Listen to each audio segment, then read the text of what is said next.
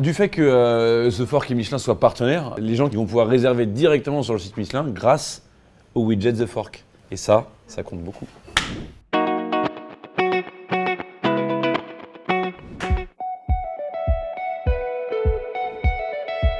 Moi, c'est Thibaut Spivak. Je suis chef et propriétaire du restaurant Anona à Paris, dans les Batignolles, donc dans le 17e arrondissement de Paris.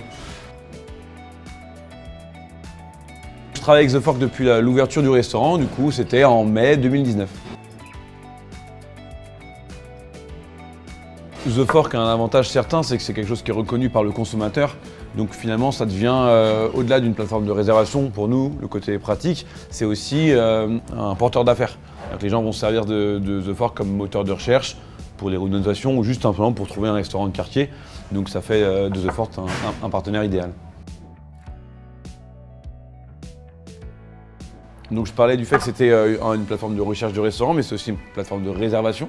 Donc les clients peuvent trouver le restaurant qu'ils veulent, cliquer et réserver directement sur la plateforme. Et ce qui est intéressant maintenant, suite à tous les no-shows qu'on a à Paris, c'est que The Fork propose également une empreinte de carte bleue qui permet d'assurer nos réservations et de protéger du coup le chiffre d'affaires de l'entreprise et donc nos salariés.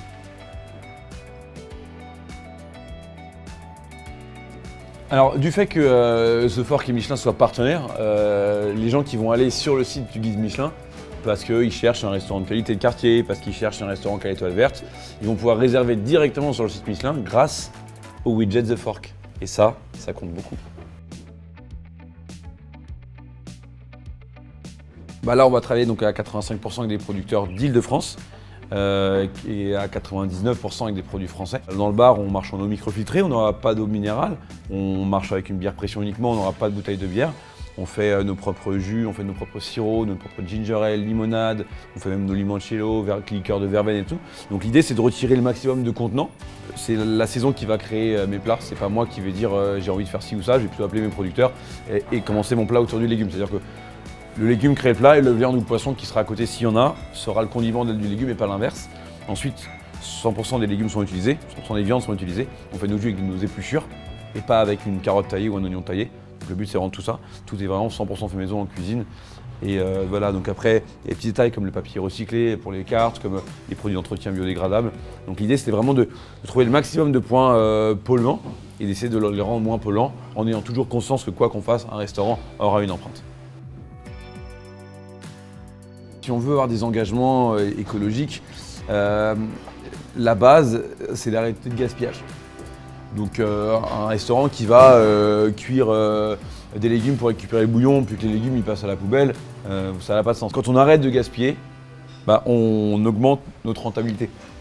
Donc non seulement on pollue moins, mais en plus, on est plus rentable à la fin de l'année, ce qui nous permet de réinjecter, si on le souhaite, cet argent dans des choses comme le recyclage de biodéchets, comme des matériaux plus nobles, plus sains. Et en fait, c'est pas forcément plus coûteux de travailler mieux, ça demande juste à réfléchir un petit peu, de se lever le matin et de se remettre en question.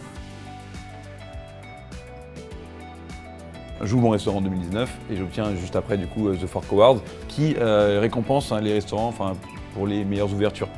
Et quand on met plein de choses en marche, on a des investissements financiers énormes et qu'on crée un concept, on croit forcément à notre concept, mais au début il y a plus ou moins de monde, il y a des doutes, c'est difficile.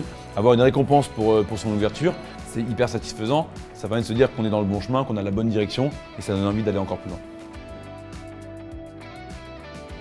Soutien, visibilité et convivialité.